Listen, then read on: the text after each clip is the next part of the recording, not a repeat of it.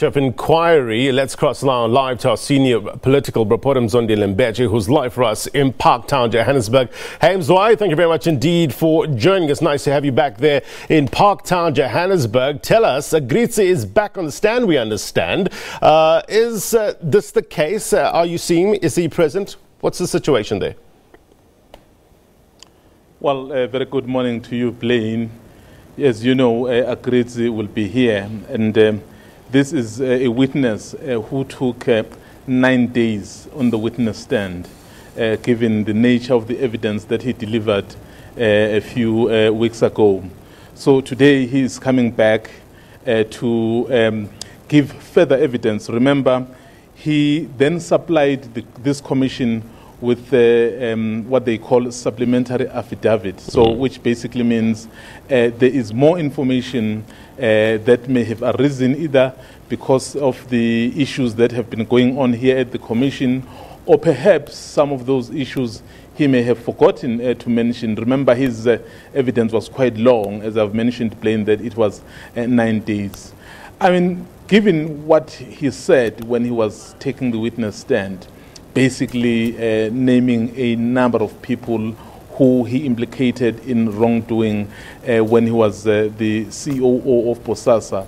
I think it makes sense that the interest really from South Africans today will be quite high to hear what more is he still able to share with South Africa. I mean, this is the man who laid bare all the shenanigans, all the illegal activities of BOSASA. I mean, we've been speaking about BOSASA in the past few days, and then not many people knew about what this company was doing. But given that he took his time, and then he came to the witness stand. And remember, Blaine, and this is someone who does not necessarily exonerate himself from all the wrongdoing that he's mentioning. That is why yesterday he couldn't come to this commission. He was actually scheduled to come to this commission to appear, but because he is charged with fraud, he had to be in court. So it's someone really who is facing all issues of illegalities and wrongdoing, implicating a number of people. And you know, Gavin Watson, who is the head of BOSASA. So, but of course, and a number of other people, and as we heard from the Auditor General, rather from the auditor of BOSASA, and other people really that worked at BOSASA. So it's going to be very interesting, Blaine, as you can imagine. So we want to know, what is it that he couldn't tell us in those past few days? Yeah, that fraud case has been postponed against him and others, has been postponed until, I think, the 5th of July. So we'll keep a close eye on that. Let's just briefly recap Mzwai on some of his explosive testimony. And look, some of the high-profile names he dropped during his testimony earlier.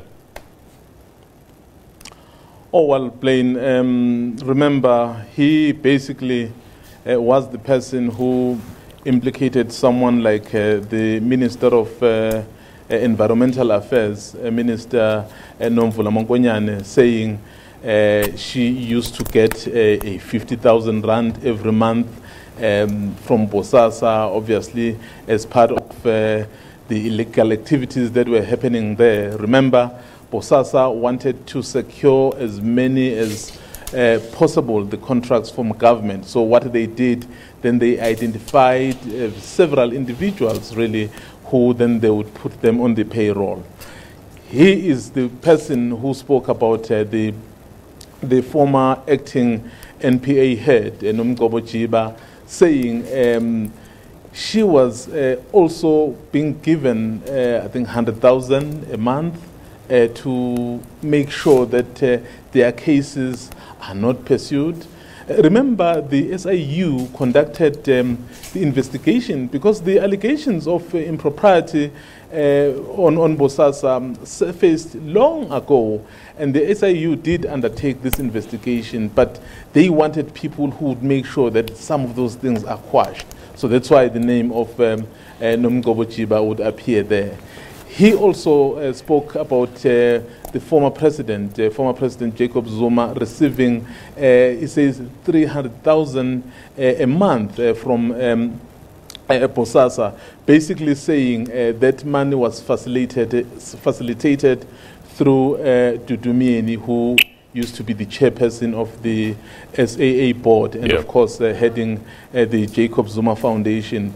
And speaking about the issues at correctional services, Linda Mti, who was the commissioner there, also being part of those people who were being paid by BOSASA, and a number of other people, and the installation of the security systems in the homes of the current chairperson of the ANC, who is now the Minister of Mining, Minister Gwede Mandashe, the issue of Vincent Smith, who's the MP, basically also benefiting from the installation, the former the Deputy Minister, Minister Makwetla. So there are a number of people really that Agrizzi mentioned. That's why I think everyone really wanted to listen and to hear what else. I mean, is he still able to tell this nation? So we know that so far there hasn't been any one who appears to have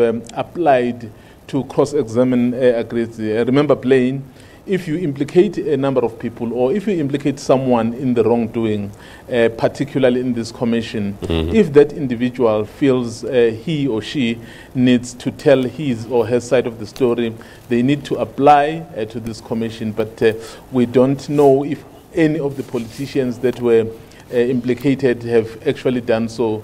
So this is quite interesting, and given that today he will take the stand, he will probably tell us more about what else he was doing.